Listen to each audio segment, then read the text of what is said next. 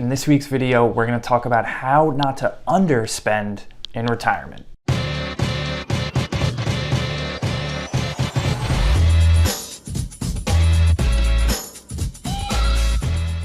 A lot of retirees worry about overspending in retirement, but a lot of retirees don't even think about underspending in retirement. So what is a sustainable amount that you can spend each year? How can you spend freely but not recklessly? How do you map out your spending so that you arrive at the end with enough to support yourself, but not so much that you'll regret missed opportunities?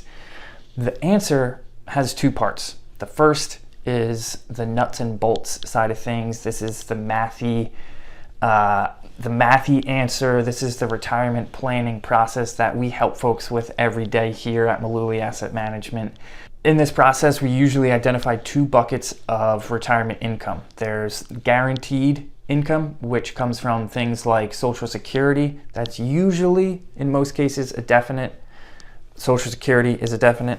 And then there's things like pensions, which are less common, and income from annuities. So that would be, someone used a lump sum of their money and bought an income stream that's going to last for the rest of their life. So these guaranteed income sources are great because they put a floor in place and they give you a minimum amount that you are able to spend each year. The second bucket is the non-guaranteed income sources. This is usually your investment accounts, your retirement accounts, your IRAs, your Roth IRAs, your brokerage assets.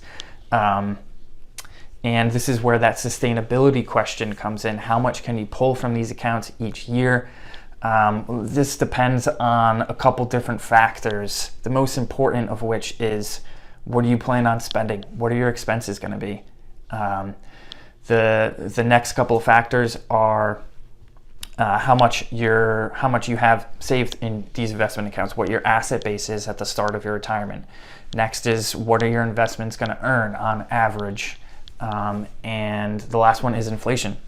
How much, we know that inflation, things are going to cost more in the future. So this is something that we have to bake into the cake. A good place to start is to take your expenses now, or how much you plan on spending in your first couple years of retirement, and seeing how much of those expenses will be covered by guaranteed income sources. How much is going to be covered by Social Security, pension, if you have annuities, how much of that guaranteed income, how much of those expenses is going to be covered by guaranteed income? And what's the shortfall? Because that's the amount that you're going to have to draw from your investment accounts each year. The second part of not underspending in retirement is psychological. It's mindset. Retirees were in the saver worker mindset for 40, 50 years, depending on when you retire.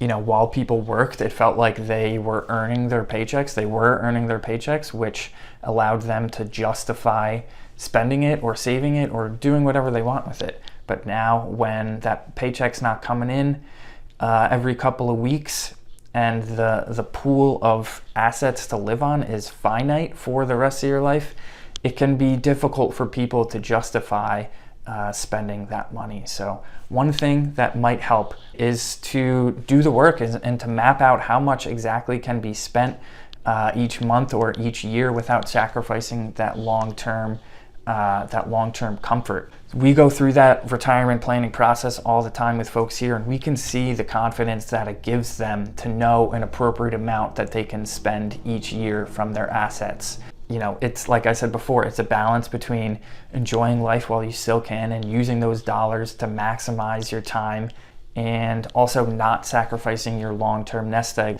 It's a fine balance that is gonna unfold over hopefully a 30 or 40-year retirement. So that is the message for this week's episode. Don't underspend in retirement. Don't leave it to chance. If you need help, get in touch with us here. Thanks for watching.